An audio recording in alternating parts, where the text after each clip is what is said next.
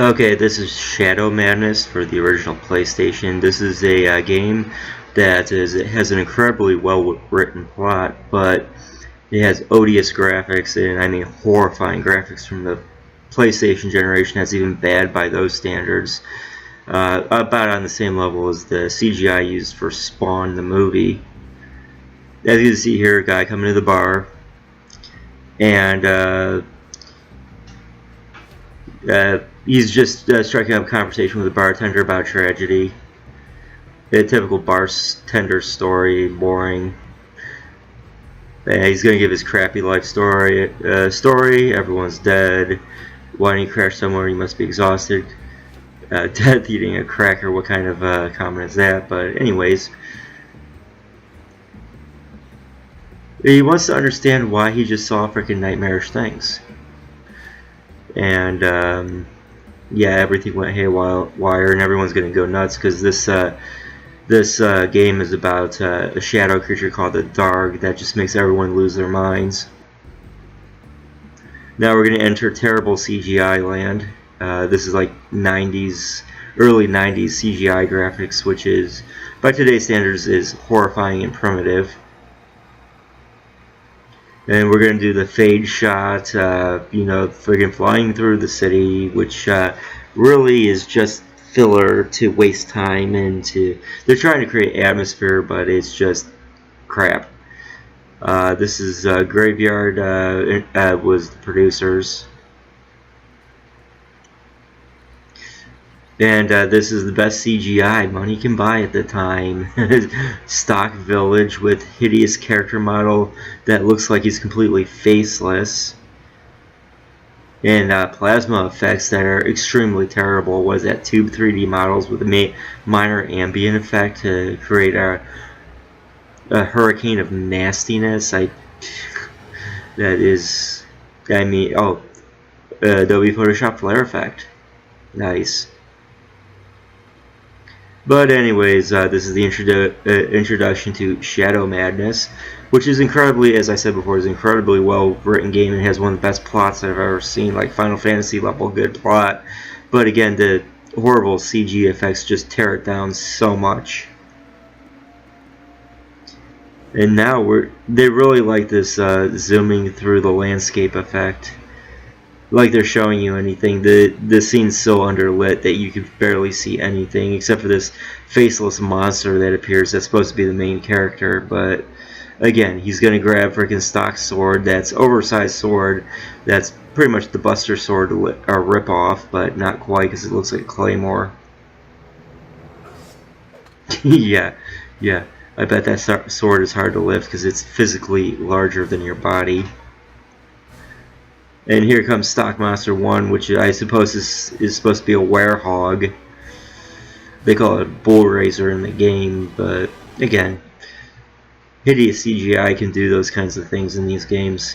Who am I to judge? Oh wait, I'm making a video judging it, but again, I reserve that right. All hail me. Here is the mighty bull raiser. This pretty much looks like a stock Final Fantasy character from Final Fantasy VII with a horrible CG rendered background.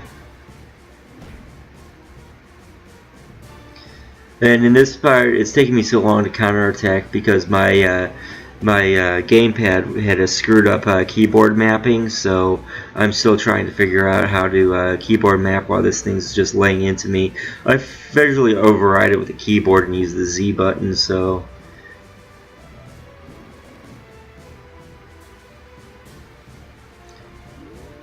I think this is the point where I figure out that I have to hit the Z button to attack. Yeah, there I go. Yeah, I have to use a combination of the freaking gamepad and the Z-pad because the default mapping on the gamepad Xbox controller is all screwed up. Yay! Compatibility there. But I guess that's what I get with forced emulation. Yeah, that thing was out of a nightmare. It's called the CGI Nightmare. The CGI Apocalypse. Yes, you are crazy. You're in a crappy game.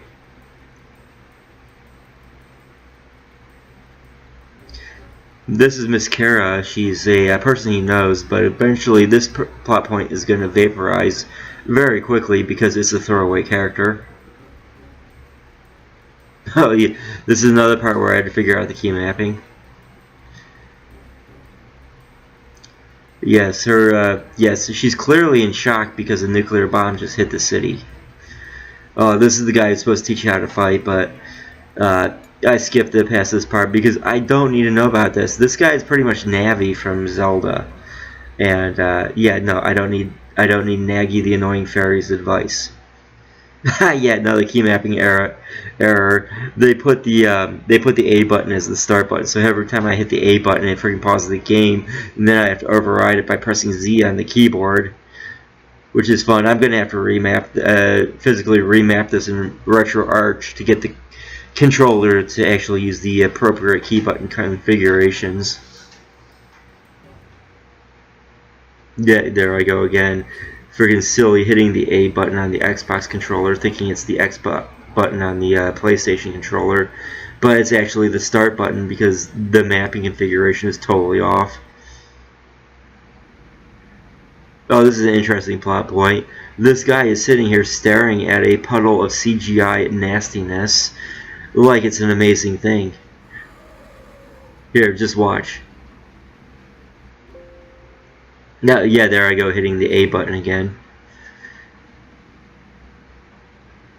Yeah, he was blown off his. I reckon the rest of the crew was blah blah blah, and I think it's alive. No, it's not alive. It's CGI nastiness. Oh, there I go hitting the 0 button, but that's really the fast forward button. I really have to fix this controller. Yeah, there we go. That's alive. Wow. It's horrible CG effects with a plasma effect over it, and this is Spawn level. You know the movie Spawn, with the horrible CG effects in 1992. Yeah, this is the nightmare world we're in right now. So I'm gonna run through here. Seems like the middle of the night, just daybreak. Yeah, that's what happens when you run into freaking bad CG effects, dude. They don't know how to do their lighting. Okay, we're gonna go through here. Oh, we're getting plot point just ran through. Freaking new character party, or a party character. I know who you are. Yeah, screaming into the darkness. He's not gonna attract any monsters. Yeah, I'd be pissed too if I run around threatening people like that. She's freaking character hottie. Yeah. Someone wants this town disappeared from the map because, yeah, okay. Yeah, she's looking for help. I don't think you're going to find any help in this game. The CG is just awful. Windleaf. Okay, clearly she's a Native American character. You're chosen to survive. Yeah. Okay, we're going to fatalism here. Nightmarish creatures haven't given up on you. I'm not sure to think right now. You see, he's the tortured, laborious character. It's supposed to be the tortured cop character, but they couldn't make him into a cop, so they make him into a bandit. And she is the slutty female protagonist that was common in these games back then. Yep, new character. Now we're gonna go up, exit the city here, and we're gonna go into the overworld, which is a giant map. Literally giant map. See? Giant map. The world is a giant map that you run around on. So obviously this is the world of Rand McNally if you lived on a giant physical globe. And I'm going to save the game here because we need to pause and take our breath here before we go into the next atrocity abomination of the game. And so with that, we are going to save this game and move along with the plot at a later date because I'm leaving this to 10-minute clips. The next is where we go in there and get the next plot point and the next character to make the iconic 3-character layout, which is very common in these JRPGs. So we're going to go to Mountain Pass here and leave it at that.